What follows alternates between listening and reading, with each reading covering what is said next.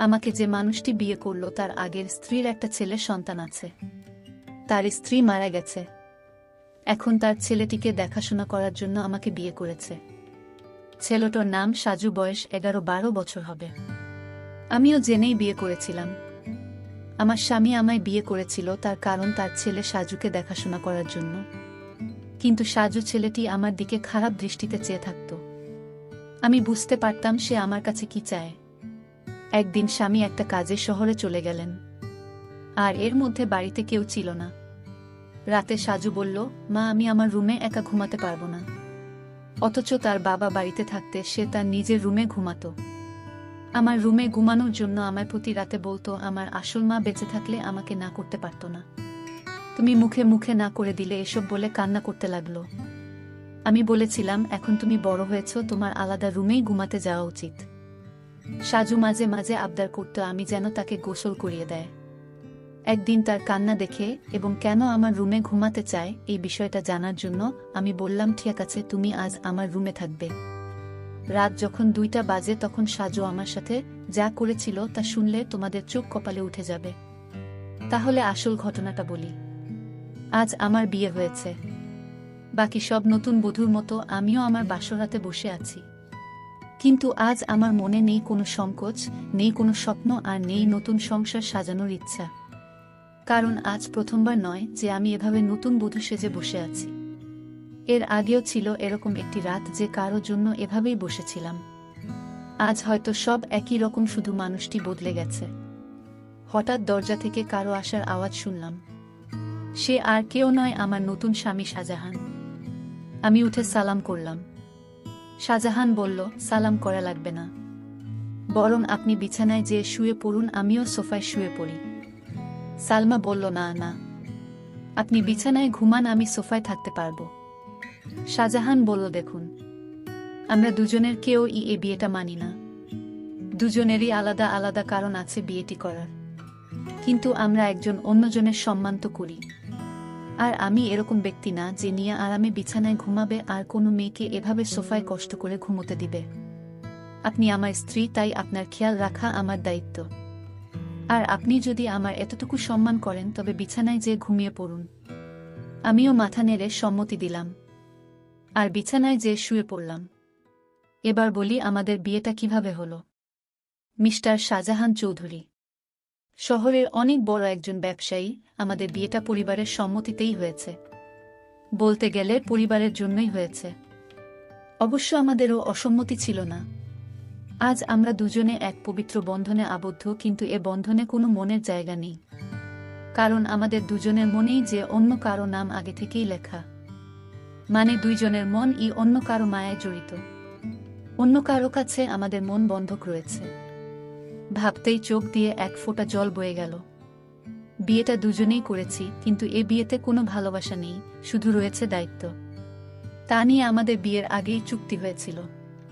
উনি আমার দায়িত্ব নিবে, আর আমি উনার পরিবারের আর উনার ছেলের। উনার ছেলে সাজু, উনার আর কলি আপুর ছেলে। কলি আপুকে তাই তো ভাবছেন। শাহজাহানের প্রথম স্ত্রী, তিনি এখন আর এ পৃথিবীতে নেই। 3 বছর আগেই ইহকাল থেকে পরকালে প্রস্থান করেছে। বিয়ের আগে তার ছবি দেখে জানতে পারলাম সে আর আমি একই ভার্সিটিতে ছিলাম, আর শাহজাহানও, তারা আমার সিনিয়র ছিল। শাহজাহানের সাথে কখনো দেখা না হলেও কলি আপুর সাথে প্রায়ই দেখা হতো। সরি দেখা বললে ভুল হবে, ঝগড়া হতো।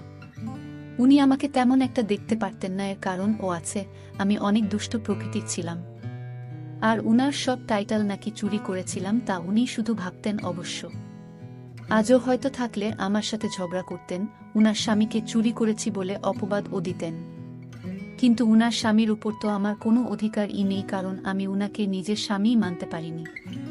বিয়েটা করেছি শুধু পরিবারের জন্যে আর আকলিনের জন্যে। সাজু এখন 11 বছরের ছেলে, ক্লাস 5-এ পড়ে। দেখতে একদম তার বাবার মতো, যেমন সুন্দর তেমনই মায়াবী দেখতে, বিশেষ করে তার চোখ দুটি। শাহজাহানের ভাবি থেকে শুনেছি শাহজাহানের চোখে নাকি অনেক মায়া, কিন্তু কখনোই তাকাইনি, কারণ এখন আর কারো মায়ায় পড়তে চাই না। একবার পরে অনেক কেঁদেছি, আর কাদার ইচ্ছা নেই, আর না কষ্ট সহ্য করার ক্ষমতা আছে। থাক, এসব বাদ দিয়ে এখন ঘুমিয়ে পড়ি। ঘুম থেকে উঠলাম সকালের আলো যখন চোখে এসে পড়ল। উঠে দেখি শাহজাহান এখনো ঘুমোচ্ছে, কিন্তু জানালা থেকে আসা আলো তার ঘুমে বিঘাত দিচ্ছে। তাই পর্দা বন্ধ করে নিয়ে আসলাম, এসে রেডি হয়ে বাইরে চলে আসলাম। এসে দেখি আমার শাশুড়ি মা আর ভাবি আগে থেকেই উঠেছে। মা, আরে বৌমা তুমি এত সকালে কেন?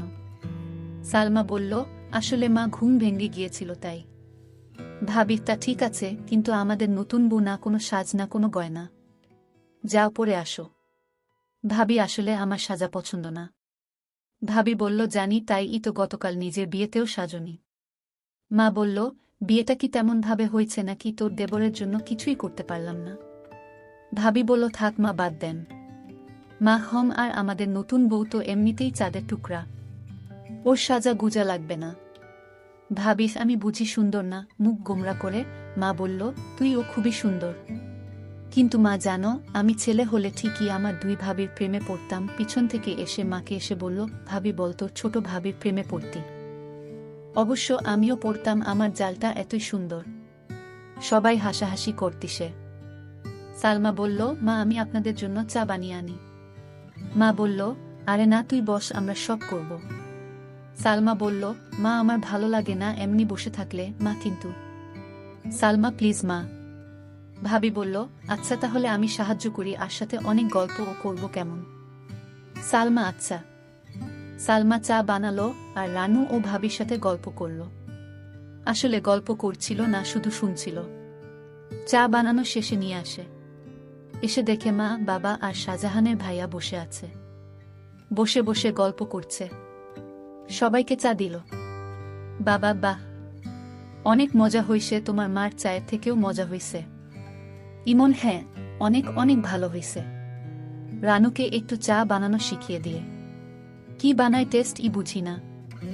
রানু, কি এত বড় কথা? কাল থেকে 7 দিন তোমার চা বন্ধ। ইমন, নানা, আমি তো দুষ্টুমি করে বলছি। তুমি তো জানো আমি চা ছাড়া থাকতে পারি না। এভাবে সবাই চা খেয়ে নিলাম। তারপর আমি আমার স্বামীর রুমে গেলাম, গিয়ে দেখি অবাক কাণ্ড। শাহজাহানের ছেলে, অর্থাৎ আমার স্বামীর ছেলে তো আমারই ছেলে, সে তো বড় দুষ্টু হয়ে গেছে অল্প বয়সে। মনে হয় পেকে গেছে। গিয়ে দেখি একটা পুতুল হাতে নিয়ে বলছে, তুমি কবে আমার হবে মা? আমার কবে আমায় কাছে টেনে নিবে? আমি যে আর সইতে পারছি না মা। আমি অবাক হয়ে তার কথাগুলো শুনতে পেলাম। কোনো মাকে সে চাই, আর মার কাছে তার কিসের চাওয়া? আর তার মা তো বেঁচে নেই। তাহলে আমাকে নিয়ে কিছু বলছে নাকি? এত ছোট ছেলে এই বয়সেই পেকে গেছে। কি বলছে কিছুই বুঝতে পারছি না। কিছুদিন পর আমার স্বামী ব্যবসার কাছে বাহিরে গেলেন কিছুদিনের জন্য। সাজু ছেলেটি আমার দিকে সবসময় এক অদ্ভুত দৃষ্টিতে তাকিয়ে থাকে। মনে হয় তার চোখের ভিতর হাজারো পিপাসা। আমি হঠাৎ জিজ্ঞেস করলাম, এই সাজু, তুমি এভাবে আমার দিকে তাকিয়ে কি দেখছো? আমি আপনার চেহারাটা দেখছি, আপনার চেহারায় এতটাই মায়া যে আপনার চেহারায় আমি একটা অদ্ভুত জিনিস দেখতে পাই। আমি তো তার কথা শুনে অবাক, এতটুকু বাচ্চা ছেলে এসব কি বলে? হঠাৎ আমাকে জিজ্ঞেস করে ফেলল, আচ্ছা মা, তুমি বাবাকে কেন বিয়ে করলে?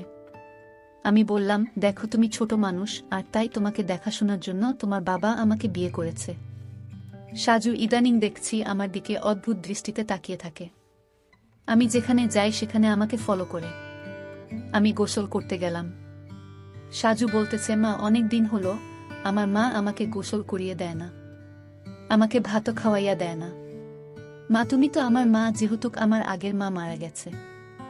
এখন আমার মা হিসেবে আমার আব্বু তোমাকে বিয়ে করে এনেছে মায়ের শূন্যতা পূরণ করার জন্য। মা, আমাকে তোমার হাতে গোসল করিয়ে দাও। আমি বললাম, দেখো সাজু, তুমি যখন ছোট ছিলে তখন তোমার মা তোমাকে গোসল করিয়ে দিত, আর এখন তো তুমি বড় হয়েছ, তুমি নিজ হাতে গোসল করতে শিখো। আর তুমি এখন বড় হয়েছে, তাই এখন আর আমি তোমাকে কিভাবে গোসল করিয়ে দেয় তুমি নিজেই করতে পারবে বাবা। থাক মা, পর কখনো মা হয় না। আমি বুঝতে পারলাম আমাকে তোমার কোনো হেল্প করতে হবে না। এই বলে সাজু চলে গেল। আমি চিন্তা করলাম, আমার কি কোথাও ভুল হয়েছে? আমি তো এখন তার মা, আর তাই মা হিসেবে আমার কর্তব্য পালন করা উচিত ছিল। কিন্তু সাজু তো তার বাবা বাড়িতে থাকাকালীন আমার হাতে গোসল করতে চাইতো না। আজ বাড়িতে তার বাবা নেই।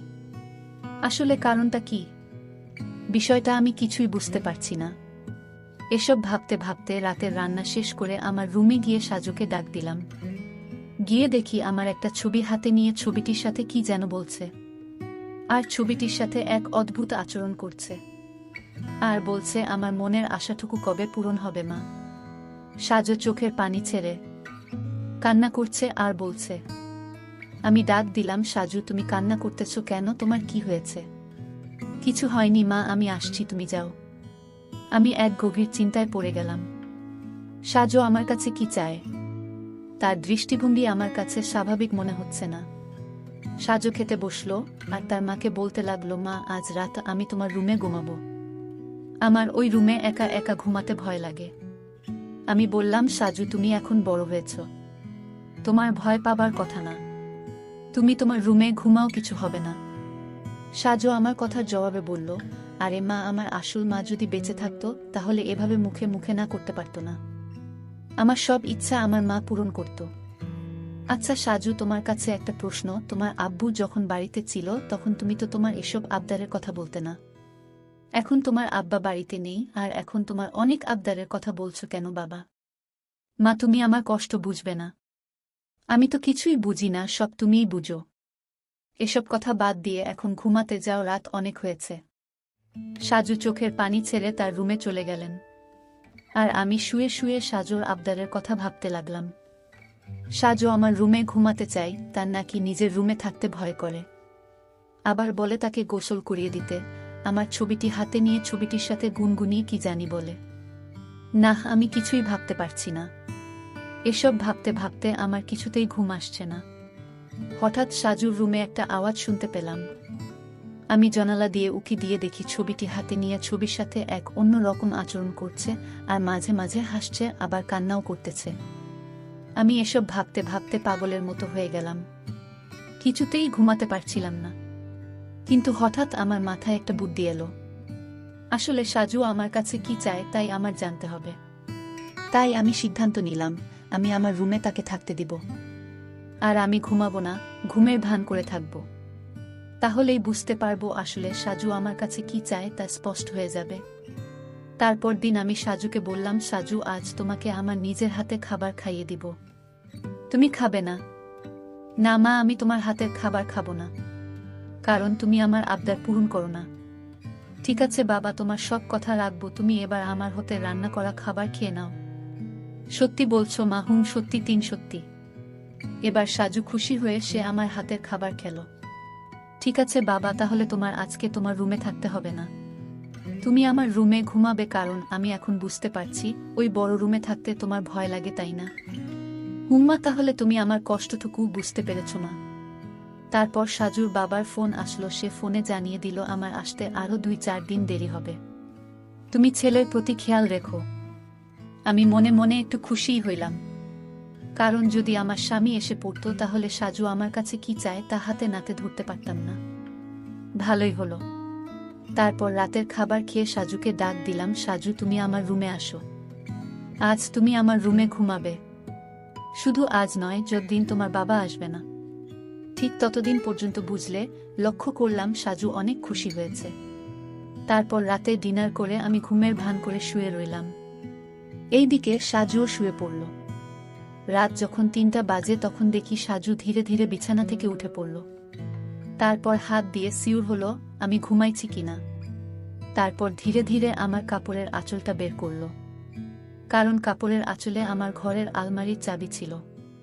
আমি যেন টের না পাই, আর তাই সে ধীরে ধীরে চাবিটা আঁচল থেকে তার হাতে নিয়ে নিল। তারপর আলমারিতে থাকা তার মায়ের স্বর্ণ গহনা ছিল, আর আলমারিটা খুলে সকল স্বর্ণ অলংকার সে একটা শপিং ব্যাগে নিয়ে নিল। ব্যাগটি তার রুমে নিয়ে রেখে আসলো। তারপর আঁচলে চাবিটা বেঁধে রেখে দিল। তারপর ঘুমিয়ে পড়ল। আমি ঘুম থেকে জেগে উঠি, এটা কি করলো? এতটুকু একটা ছেলের সাহস দেখে আমি অবাক হচ্ছি, সে সব স্বর্ণ অলংকার চুরি করল।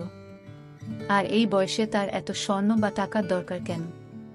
আমি তাকে কিছুই বলিনি।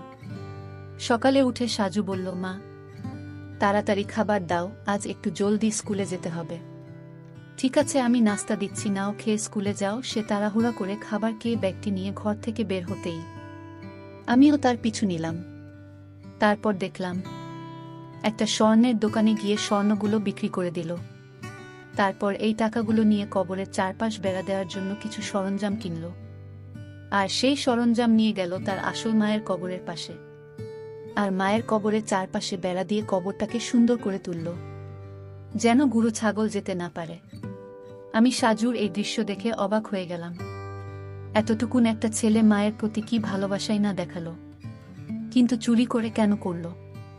পরে আমি সাজুকে বললাম, বাবা, আমি তোমার সব কার্যকলাপ দেখেছি, তুমি চুরি করলে কেন? মা, তুমি জানো এই গহন আমার মায়ের টাকা দিয়ে কিনা। আমার বাবা আমার মাকে অনেক কষ্ট দিয়েছে, আর তাই আমি আমার মায়ের সম্পদ বিক্রি করে মাকে দিয়ে আসলাম। ভালো করিনি মা। বাহ সাজু, তোমার মতো সন্তান যদি প্রতিটি ঘরে ঘরে থাকতো তাহলে পৃথিবীটা অনেক সুন্দর হয়ে যেত। মায়ের প্রতি এমন ভালোবাসা দেখে আমি মুগ্ধ হলাম। সকল দর্শকদের উদ্দেশ্য করে বলতে চাই, যাদের মা বেঁচে আছে